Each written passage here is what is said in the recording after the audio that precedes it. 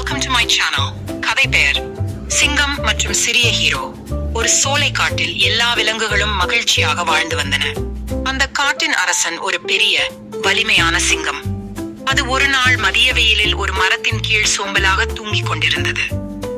அதே நேரம் ஒரு சிறிய எலி தனது நண்பர்களுடன் விளையாடிக் கொண்டிருந்தது. விளையாடும் போது அது சிங்கத்தின் உடலின் மீது தவறாக ஓடி ஏறிவிட்டது.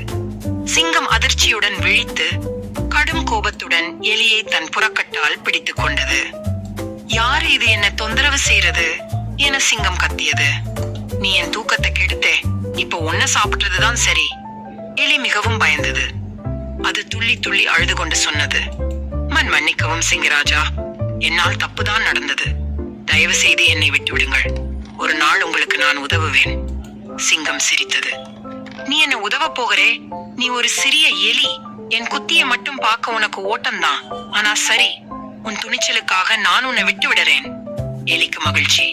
அது நன்றி சிங்கராஜா என கூறி பின்வாங்கி ஓடிவிட்டது. பல நாட்கள் கழிந்தது. ஒரு நாள் சிங்கம் காட்டில் சிக்கிக் கொண்டது. வேட்டைக்காரர்கள் அதை பிடித்து ஒரு பெரிய மரத்திற்கு மட்டியில் கட்டி வைத்தனர்.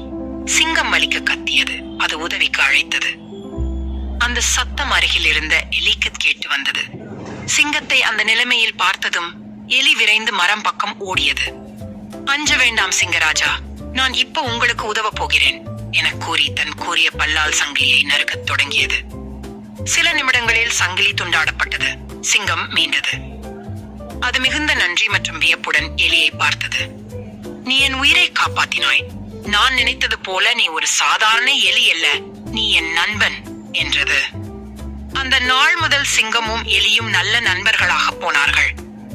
பாடம்: நாம் யாரையும் சிறுமைப்படுத்த கூடாது. எல்லோருக்கும் தம் தம் திறமைகள் உள்ளன.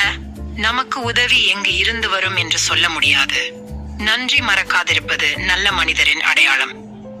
ஸ்டோரி பிடிச்ச லைக் பண்ணுங்க, ஷேர் பண்ணுங்க, சப்ஸ்கிரைப் பண்ணுங்க, காமெண்ட் பண்ணுங்க. Thank you friends.